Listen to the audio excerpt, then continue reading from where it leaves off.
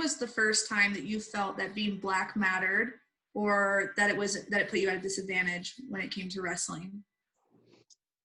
Well, thanks for that question, Taylor. I'm glad to be here. Glad to be a part of change and part of this group.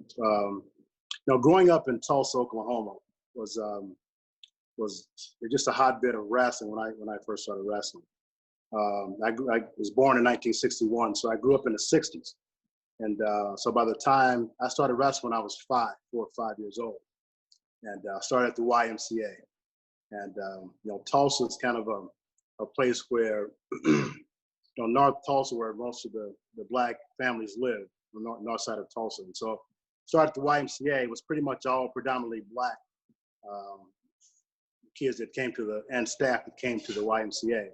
So my first team was all Black, all Black team.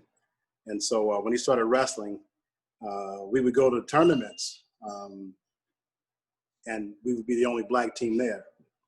And so I was fortunate to have a coach that was my first coach, had went to college, and he was very skilled and educated. I think he graduated from the University of Oklahoma. So he started the program, and so started out the right way. And so we would go to these tournaments, and, just unbeknownst to us, I mean, we would go in and kids would look at us funny, and families would look at us funny, and not everyone was as welcoming as we thought they should be, right? And so we'd go to the tournaments, and we would just go there to compete. And of course, as I got older, I started to kind of realize that some of the kids didn't want us there, or some of the families would be mad that we were there, and the referees would take matches, and so I started to kind of see the difference, being around the white kids and just actually being in the tournament. And then what I really started to notice was when I started getting better. Started at 5, so by the time I was 6, 7, I was pretty much winning most of my tournament matches. And so then I would get to the finals, and then 4, 5, 6 times, the referee would come into the match and change the match or make a bad call, and I just couldn't get over that hump. So I went to 4 or 5 tournaments where I just wasn't winning. And the referees were just killing us, right? And so and this is a thing that kind of changed my life when it comes to wrestling and my competition. And I came out, and I had this one kid that was really good, and he was, whooping everybody. His name was Luke Gilpin, and he was like a child prodigy, right? So this kid was really tough. I had 2 older brothers that wrestled in college, and so he was a wrestling family. So I was gaining, first couple of times I wrestled, he was kicking my butt, right? So then I started gaining on him. So I finally got to a point where I can compete with him, and we were at the finals of this tournament. And man, I out-wrestled this kid. And I out-wrestled, kicked his butt, and ended up losing the match. Into the match, I'm like, what happened? What happened? We had a scramble. What happened? What happened? Had him on his back. They got the points. He gets his hand raised. I come off the mat. I'm just in tears. I'm bawling. I'm like, what's going on? Right. And so and I knew that it was a referee. It was a referee, and it's this guy. So I come off the mat, and my dad, he was upset too. But then he came to me and he sat me down and said, look, you can't control the ref. You can't control the referee, right? All we can do is control what you do, in your preparation. The matches can't be close. It can't be close.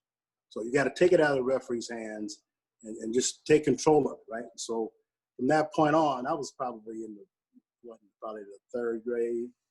From that point on, I went back and I started freaking training my butt off and started really working harder.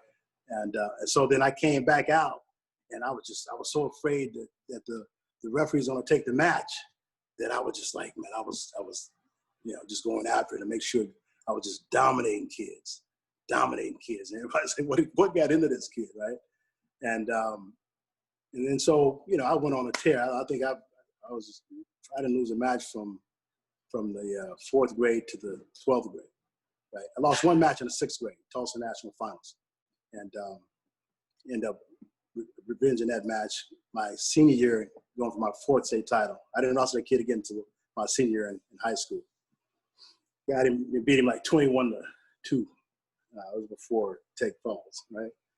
But another thing that I noticed, that not only did color matter, but winning mattered, right? And so when I first started going to these tournaments, and I was getting beaten, that whole thing, but then when I started winning, I started getting respect, right? I started getting respect. People know my name. They go, that Monday kid, or that Monday kid, he's in your bracket. Money's he's in your bracket. And so that made a difference in how people treated me, right? And so they kind of saw me differently than they had saw me before. But then, of course, I saw my team, happen to my teammates, and it was really tough in the beginning. I mean, of course, this was 1965, 67. So it was really kind of a tough time in the country still, right? But my parents were very instrumental in my career, and they would just tell me, and tell our whole team, would just, we're going to keep coming. We don't care if they don't want you here. Of course, it was in Oklahoma again. It was a hotbed of wrestling.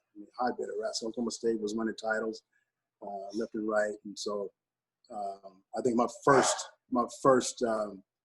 real realization of the Olympic Games was in 1972. I was 10 years old, and that's that 72 team with Gable and all those guys on the squad, and that's when I really realized what the Olympics was all about, right? But we would just keep coming to the tournaments, and kids would say stuff, and kids would try to discourage us from coming to the tournaments, and the parents would just say, we should keep coming. They realized, I think my parents realized early that I loved the sport, that I could be good at it, and they just kept feeding me confidence and saying, no, we're gonna keep coming. We're gonna keep coming. And so that's kind of what set me apart. But that's the first time that I really realized that color mattered in the sport of wrestling. So it was important for you almost to, and I don't want to say this incorrectly, but like to offset the skin color with winning, just so that you could get that respect. Am I right in saying that? Absolutely. Yeah. And I didn't notice that until I started winning, right? Of course, you didn't get that respect. You didn't get that respect. And then, of course, then they started seeing outside the color. It wasn't really about the color. It was about your skill set. And so then I said, okay, that's kind of how I can even the playing field, by my success, my hard work. I wasn't going to get outworked. I show up to the tournament, I'm ready. I'm ready, confident, and so that's kind of what it boiled down to. But then, I was exposed to greatness early. Going down, being from Oklahoma, going down to Oklahoma State. There, that 72 team was that's when the U.S. Open was in Stillwater.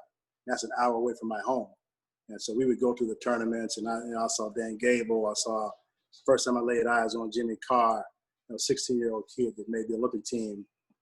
I'd watched Bobby Douglas wrestle, Chris Taylor. So all these guys were right there in front of me, and I was getting their autographs when I was 10 years old. And so I was exposed to greatness early, and it really kind of turned me around and really made me fall in love with the sport. But then as I started following Bobby Douglas, and then, before the Olympic Games, and Bobby let me know that, and I'd watched all these guys. I watched Bobby and Lee Kemp, and Lee Kemp was a favorite of mine. Lloyd Kaiser was a favorite. He was a world champ in '71. But Bobby brought it to my attention and said, Kenny, you can make history. You can be the first Black Olympic champion, right? And I've watched all these guys all my life, and I was a big fan. I was a student of the game. I studied these guys, right? But it didn't hit me. It didn't dawn on me that no one had won an Olympic gold medal. Now, Lee Kemp was probably the first one that probably would have. They got boycotted in 1980. He was the world champion in 79 and 78, I believe, right? He won, three-time world champ. And so I was a big fan of Lee Kemp. And of course, they boycotted. He'd have made that team in '80. He'd probably been the first Olympic champ, first Black Olympic champ. But then after Bobby, brought that to my attention, I said, man, wow. So it really kind of motivated me. But looking back on it, I'm like, man, all these great Black wrestlers, and we never had a Black Olympic champion. And so that was really something that inspired me to work harder.